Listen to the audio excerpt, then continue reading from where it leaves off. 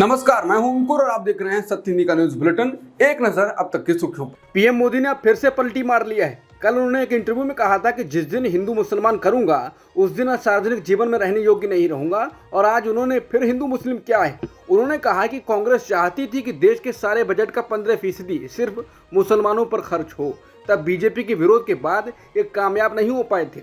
उन्होंने कहा कि कांग्रेस के अल्पसंख्यक सिर्फ एक ही हैं, उसका अपना प्रिय वोट बैंक। ये बात उन्होंने महाराष्ट्र में कही। पीएम मोदी ने महाराष्ट्र में कहा कि बाबा साहेब धर्म के आधार पर आरक्षण के खिलाफ थे, लेकिन कांग्रेस कह रही है कि एसटी, एससी, ओबीसी और गरीबों का आरक्षण छीनकर मुसलमानों को दे देंगे। कांग्रेस आपकी संपत्ति को भी जब्त करके उसका हिस्सा अपने वोट बैंक को देने की तैयारी में है। बता दें, कांग्रेस ने अपने घोषणा पत्र में मुसलमानों को आरक्षण या संपत्ति दिए जाने को लेकर कोई बात नहीं कही है। पीएम मोदी ने इससे पहले भी जब ऐसे दावे किए थे तब कांग्रेस नेताओं ने पीएम मोदी के दावों को झूठा बताया था। पीएम मोदी ने कहा कि कांग्रेस की सोच है कि देश की सरकारें जितना बजट बनाती हैं उसका 15% सिर्फ अल्पसंख्यकों पर खर्च हो, यानी धर्म के आधार पर बजट का बंटवारा।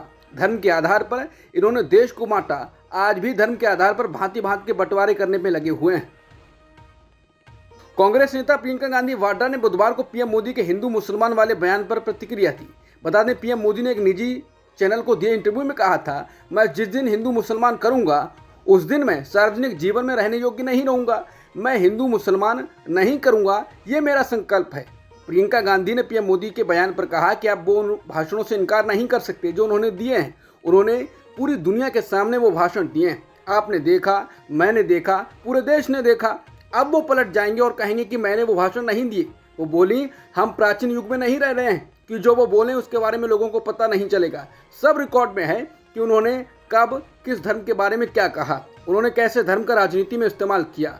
प्रियंका कहती हैं, शायद पीएम मोदी को एहसास हो गया है कि 10 साल बाद लोग ऐसी बातें सुनना नहीं चाहते। वो उन समस्याओं का समाधान चाहते हैं जो वो झेल रहे हैं। जब वो ये कहते हैं कि कांग्रेस आपका मंगलसूत्र या भैंस ले लेगी, तो उन्हें वैसी प्रतिक्रियाएं नहीं मिल रही हैं। प्रियंका ने पीएम मोदी को सलाह देते हुए कहा कि पहले हमारा घोषणा पत्र पढ़ें, क्योंकि वो वैसी बातें कह रहे हैं जो हमारे घोषणा पत्र में नहीं है। केंद्रीय गृह मंत्री और बीजेपी नेता अमित शाह ने समाचार एजेंसी एनआई को दिए इंटरव्यू में दिल्ली के सीएम अरविंद केजरीवाल पर बात कही। अरविंद केजरीवाल जब हाल ही में सुप्रीम कोर्ट से अंतरिम जमानत मिलने के बाद जेल से बाहर आए थे तो बोले थे कि मोदी अमित शाह को पीएम बनाएंगे। अमित शाह ने केजरीवाल के इस दावे पर कहा, मैं फिर स्पष्ट कर देना चाहता हूं कि 2029 तक मोदी जी ही रहेंगे। केजरीवाल जी, आपके लिए कोई अच्छा समाचार नहीं है। 2029 के बाद भी नरेंद्र मोदी जी हमारे चुनाव अभियानों के नेता हैं। उनके नेतृत्व में ही हम चुनाव लड़ेंगे। केजरीवाल को जमानत दिए जाने पर शाह ने कहा कि मैं मानता हूं कि रूटीन और नॉर्मल प्रकार का फैसला नहीं है। काफ़ी लोग देश में मानते हैं कि स्पेशल ट्रीटमेंट दिया गया है। पूरे लोकसभा चुनाव में कांग्रेस और वाम दलों के खिलाफ आग उगलती रही ममता बनर्जी ने अब कहा है कि चुनाव बाद वो इंडिया गठबंधन को बाहर से समर्थन देंगी। हालांकि चुनाव से पहले ही वो कह चुकी थी बंगाल में वो अकेले चुनाव लड़ेंगी, लेकिन बंगाल के बाहर वो इंडिया गठबंधन के साथ हैं। चुनाव से पहले सीट बंटवारे पर बात नहीं बनने के बाद से ममता बनर्जी कांग्रेस और वाम दलों पर यह कहकर हमला करती रही कि इनको वोट देने का मतलब बीजेपी को वोट देना होगा। नागरिकता संशोधन कानून के तहत 14 लोगों को भारत की नागरिकता दी गई है। विदेश मंत्रालय ने बुधवार को ये जानकारी साझा की। मंत्रालय की ओर से कहा गया है कि सीएए के तहत 14 लोगों को भारत की नागरिकता के सर्टिफिकेट जारी कर दिए गए हैं। लोकसभा चुनाव के दौरान रायबरेली सीट में मोर्चा संभालने के लिए छत्तीसगढ़ के पूर्व मुख्यमंत्री भूपेश बघेल को ऑब्जर्वर बनाया गया है। कांग्रेस पार्टी के पक्ष में बघेल लगातार चुनावी प्रचार कर रहे हैं। इस दौरान पूर्व सीएम का बड़ा बयान सामने आया है। उन्होंने रायबरेली के बथुआ में बड़ा दावा करते हुए कहा कि रायबरेली के लोग सिर्फ लोकसभा सदस्य नहीं चुन रहे हैं, बल्कि स्वर्गीय इंदिरा गांधी के बाद अब रायबरेली के लोग देश का प्रधानमंत्री चुनने जा रहे हैं। क्या उत्तराखंड के जंगलों में आग पर काबू पाने में सरकार की तैयारी बिल्कुल नहीं है? उत्तराखंड के जंगलों में आग को लेकर सुप्रीम कोर्ट ने फंडिंग की कमी और गार्डों को चुनाव ड्यूटी में लगाने पर सवाल उठाए। इसने उत्तराखंड के साथ ही केंद्र सरकार से भी तीखे सवाल किए। राज्य के जंगलों में पिछले साल नवंबर से आग लगने की सैकड़ों घटनाएं हुई हैं और इन पर काबू पाने में राज्य जूझ रहा है। आग से लगभग 1145 हेक्टेयर जंगल को नुकसान पहुंचा है। सुप्रीम कोर्ट मई की शुरुआत से उत्तराखंड में जंगल की आग को लेकर याचिकाओं पर सुनवाई कर रहा है। याचिकाओं में कहा गया है कि राज्य में आग की कम से कम 910 घटनाएं हुई हैं। इन्हीं याचिकाओं पर सुनवाई करते हुए सुप्रीम कोर्ट ने पूछा कि आग की घटनाओं के बीच वन अधिकारियों को चुनाव ड्यूटी पर क्यों लगाया गया है।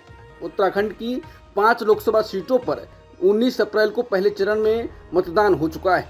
इसके साथ ही अदालत ने फंड की कमी को लेकर भी केंद्र की मोदी सरकार की खिंचाई की। एनडीटीवी की रिपोर्ट के अनुसार अदालत ने फंड की कमी को खेदजनक स्थिति बताते हुए इसकी निंदा की।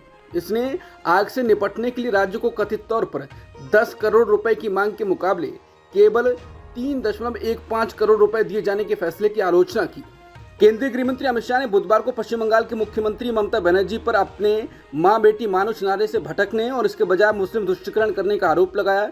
शाह ने हुगली के सेरामपुर में एक चुनावी रैली में कहा, ममता बनर्जी मां माटी मानुष के नारे के साथ सत्ता में आई थी, लेकिन ये नारा अब गायब हो गया है और मुल्ला, मदरसा और माफिया उसकी जगह पर आ गए हैं। मुझे बताएं कि क्या मुल्लाओं को बंगाल के राज्य के खजाने से भुगतान किया जाना चाहिए? केंद्रीय गृह मंत्री और बीजेपी नेता अमित शाह ने एक चुनावी सभा में पीओके में हो रहे विरोध प्रदर्शनों पर बात की। अमित शाह ने कहा कि जब इंडिया गठबंधन का शासन था तब हमारे कश्मीर में हड़तालें होती थी। आज मोदी जी का प्रभाव देखिए कि कश्मीर के भारत के हिस्से में हड़ताल नहीं होती है, पाकिस्तान के कब्जे वाले कश्मीर में हड़ताल होती है। शाह बोले, पहले आज़ादी के यहाँ नारे लगते थे कश्मीर में, अब पाकिस्तान के कब्जे वाले कश्मीर में नारे लगते हैं। पहले यहाँ पत्थरबाजी होती थी, आज वहाँ पत्थरबाजी होती है। 2 करोड़ 11 लाख पर्यटकों ने कश्मीर जाकर नया रिकॉर्ड बनाया है। पाकिस्तान के कब्जे वाले कश्मीर में आटे के भाव ने रिकॉर्ड बना दिया है। कांग्रेस नेता राहुल गांधी ने बुधवार को एक बार फिर दावा किया है कि नरेंद्र मोदी 4 जून के बाद प्रधानमंत्री नहीं रहेंगे। राहुल गांधी ने सोशल मीडिया पर लिखा कि देश के हर कोने में इंडिया गठबंधन की आंधी चल रही है। राहुल ने कांग्रेस के सोशल मीडिया अकाउंट से शेयर किए गए एक वीडियो को भी रीट्वीट किया। इस वीडियो में राहुल गांधी के एडिट करके शेयर किए जा रहे बयान का फैक्ट चेक किया गया है। राहुल गांधी ने असल बयान में 4 जून को नरेंद्र मोदी के पीएम नहीं बनने की बात कही थी, मगर जो एडिट वीडियो शेयर किया जा रहा है उसमें मोदी के पीएम बनने की बात सुनाई देती है। राहुल गांधी ने लिखा, झूठ की फैक्ट्री बीजेपी खुद को कितना भी दिलासा दे ले, कोई फर्क नहीं पड़ने वाला। कांग्रेस ने भी अपने आधिकारिक हैंडल से लिखा, डूबती हुई बीजेपी और नरेंद्र मोदी की फेक न्यूज फैक्ट्री को अब फेक वीडियो का ही सहारा है। आदतन राहुल गांधी जी के भाषण को काट छांट कर झूठा वीडियो बनाया और फिर रंगे हाथों पकड़े गए। बरेली में मारपीट का एक वीडियो सोशल मीडिया पर खूब वायरल हो रहा है। इसमें 2 वर्दीधारी एक व्यक्ति को जमीन पर गिराकर बुरी तरह पीटते नजर आ रहे हैं। घटना नवाबगंज तहसील की है, जहां 2 होमगार्डों ने वर्दी की आड़ में जमकर गुंडागर्दी की। बताया जा रहा है कि बरेली में थाना नवाबगंज से सटे बरहोन गला गांव निवासी वीरेंद्र कुमार जाटव थाना नवाबगंज में चौकीदार के पद पर तैनात हैं। वीरेंद्र कुमार अपनी जमीन की फर्द निकलवाने तहसील पहुंचे थे। आरोप है कि वहां तहसीलदार कार्यालय में तैनात होमगार्ड वीर बहादुर और रामपाल उसे देखकर चुनावी टिप्पणी करते हुए बोले, सरकार से फ्री का राशन लेते हो और वोट भी नहीं देते। इस पर चौकीदार ने कहा कि जो भी गरीब है वो सब राशन ले रहे हैं। इस बात पर चौकीदार और होमगार्ड में बहस होने लगी और विवाद इस कदर बढ़ गया कि होमगार्डों ने चौकीदार की जमकर पिटाई की। होमगार्डों द्वारा चौकीदार को पीटने के वीडियो पर प्रियंका गांधी ने कहा है कि जनता को राशन मिलता है क्योंकि इस देश में हर नागरिक को भोजन का अधिकार मिला हुआ है। अनाज किसानों का उगाया हुआ है, वितरण में खर्च होने वाला धन जनता का है। क्या भाजपा सरकार जनता का थोड़ा सा धन जनता पर खर्च करके उसे ही बंधक बनाना चाहती है? इन पुलिसकर्मियों को ये हिम्मत कहां से मिली कि वो भाजपा के लेठेट की तरह बर्ताव करें और हमारे दलित भाई पर इस तरह क्रूरता बरतें? कांग्रेस अध्यक्ष मल्लिकार्जुन खड़गे ने बुधवार को लखनऊ में कहा कि 4 चरण में हुए लोकसभा चुनाव के बाद इंडिया गठबंधन मजबूत स्थिति में है। जनता ने प्रधानमंत्री मोदी की विदाई तय कर दी है। उन्होंने कहा कि 4 जून को इंडिया गठबंधन नई सरकार बना रही है। कांग्रेस अध्यक्ष ने समाजवादी पार्टी के मुखिया अखिलेश यादव के साथ यूपी की राजधानी में संयुक्त प्रेस वार्ता करते हुए ये टिप्पणियां की। कांग्रेस अध्यक्ष मल्लिकार्जुन खड़गे ने आज ऐलान किया कि अगर विपक्षी गठबंधन इंडिया की सरकार बनी तो हम गरीबों को हर महीने 10 किलो मुफ्त राशन देंगे।